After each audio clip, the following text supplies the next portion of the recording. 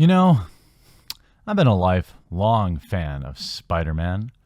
From the comics to all of the movies to the animated television show, I've been following Spider-Man most of my life. Now, there's a new Spider-Man movie due out called Spider-Man Into the Spider-Verse. And while I'm not really into seeing animated movies as an adult, not that there's anything wrong with them, I just don't get as pumped up to see them, at least in the theaters. Maybe I'll watch something like Isle of Dogs or something like that at home. This film looked pretty good. It was actually well received by the fans. Normally, you see something like this. I had expected the fan reaction to not be that good for some, they made some changes that are a little weird, look, Spider-Man's always been white. Now we've got a black Spider-Man, Spider-Boy. Who cares? Nobody cares. The like-dislike ratio as well. I mean, 23,000 downvotes, I don't know. It's certainly not getting ratioed. And unless they're deleting them, most of these replies are very excited to see the film. Very excited. Now, it's good to see Spider-Man back at it after Infinity War, but the animation looks really good. The director is Peter Ramsey. Doesn't have a huge list of films under his belt. Monsters vs. Aliens, Mutant Pumpkins from Outer Space, Rise of the Guardians, which was very well received, received a Golden Globe. I didn't like it. I thought it was terrible, but that's just one man's opinion. And I'm probably not the target demographic of this film. Then you have Spider-Man Into the Spideyverse 6 years later. He has destroyed the film via Twitter today. This is going to be a big story once we start to look at how insane he is. And this isn't going to bode well for the film. I expect the film to receive some negative backlash after we have yet another elitist millionaire attacking the fans and supporting things like Antifa, calling Marines, attacking U.S. Marines, and all sorts of things. In one day on Twitter, Peter Ramsey has unsold my ticket. And while yesterday I talked about we have to separate the art from the artist. And that is truly the only way to live in today's time, in today's world where you have Twitter and you have Facebook. And so you're privy to these people's opinions that you just weren't privy to in the 80s. You might have some far left wacko directing some of your favorite films, or far right wacko for that matter. You just wouldn't have known about it because there was no Twitter, there was no Facebook. It was a simpler time. I'm just going to go through just a little of what Peter Ramsey has said today on the Twatterverse.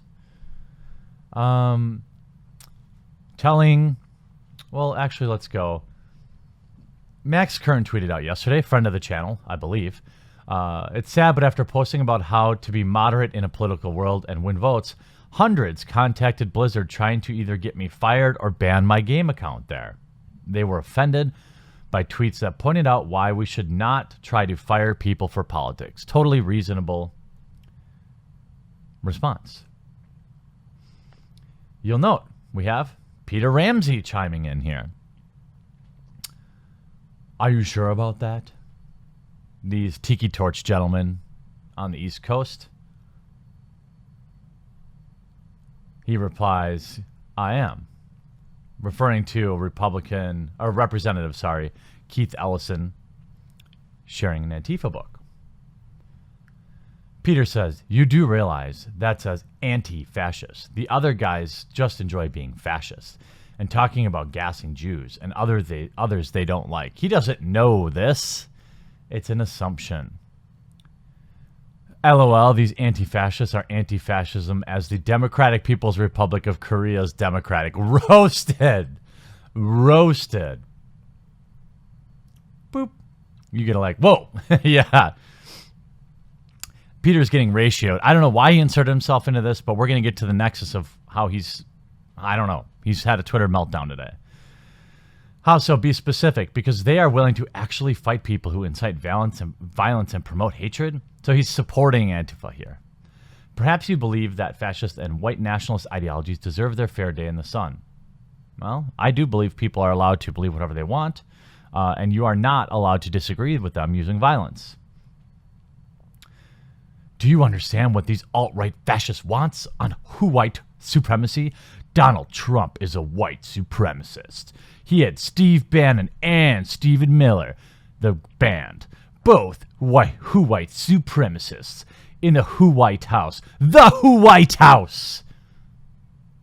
Ha! This is all today. How do they act other than fighting actual fascists? Yeah, that guy that got hit with a bike lock. How do they know exactly he was a fascist? Who want to curtail the rights of Jews, black people, and women, of Muslims, etc. I've never heard of Antifa oppressing anybody except for people who want to oppress others. What? What?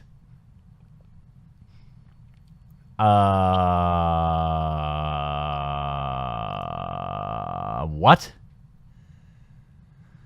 Here's Peter Ramsey. Oh, fuck off and find another Twitter handle instead of this trolly one mocking the idea of diversity. Nobody needs this poisonous malice double space in their life. By the way, your boy Zach from Diversity Comics gave a positive review to the Spiderman, to his movie. He's a fan of the movie. He wants to see it. Says the violent communist supporter. Antifa's domestic terror group per the FBI. Is it you, Petey, spreading? It is you spreading it. Yeah, ticket sales for Spider-Verse after reading these tweets. That's exactly it. That's it. He goes to war with Comicsgate and he's going to lose. Because people vote with their wallets. You can separate the fans from the fandom. I'm sorry. You can separate the art from the artist. But the one thing I don't, and that I cannot allow, is attacking the fans. You've got a movie to direct. You've got a movie to promote. Why exactly are you arguing with your fans on Twitter? Peter Ramsey. Phony socialists and their recycled year-old right-wing conspiracy theories crack me up.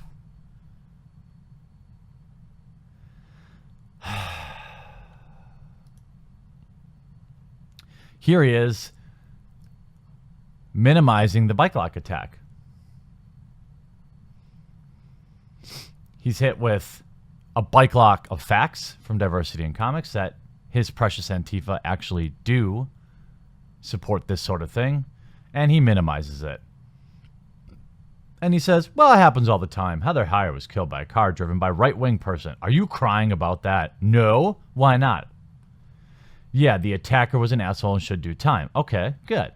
But you're trying to make equivalencies between actual right-wing violence and Antifa. Yes, they're the same thing. They're two sides of the same fucking coin. Why are you talking about this? Why are you arguing with comics fans about politics? There it is. Get woke, go broke.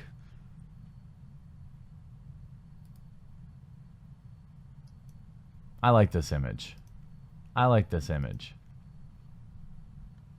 I like it a lot. Exactly. Why can't millionaire movie directors take mild criticism?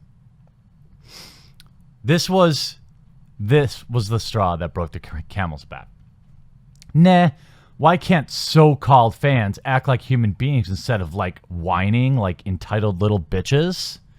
Art is an exchange. No one's forcing anyone to participate. You don't like something, go see something else.